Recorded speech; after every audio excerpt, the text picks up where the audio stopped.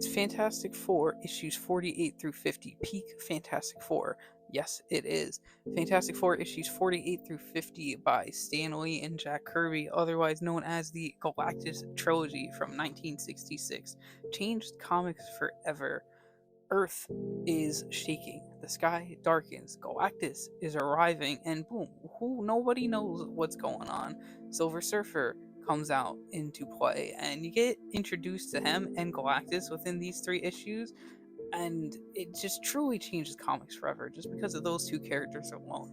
Stan Lee fell such in love with Surfer, he ends up doing a bunch of other Surfer issues. There's some we don't talk about the Lee versus Kirby debate with Surfer because that's a whole ballpark.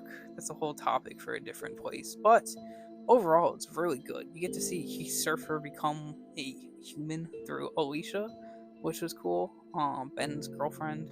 It has a lot of 60s heavy dialogue and the Marvel method at its finest, but just thinking about like what these comics did, it introduced Galactus. Introduced did it? I don't know if it introduced the Watcher, but you got to see the Watcher in there, and he was scared of Galactus. Think of the Watcher being scared of Galactus, and then the F4 having to deal with that. They send Johnny through like interstellar travel to the seventh dimension to find Galactus's base. A 15-year-old kid goes through that. Like that's just so cool to read. And the artwork, oh my god, Jack Kirby's artwork is iconic all throughout these panels. His Silver Surfer art is just so freaking good. The scaling that they did with Galactus, like we said during our life story video, was just beautiful. They really made him seem like a threat. And what was really funny was when Galactus sees the Ultimate Nullifier for the first time. I thought that panel was cool because he's like in the hands of a mortal. But overall, the Coming of Galactus trilogy is peak.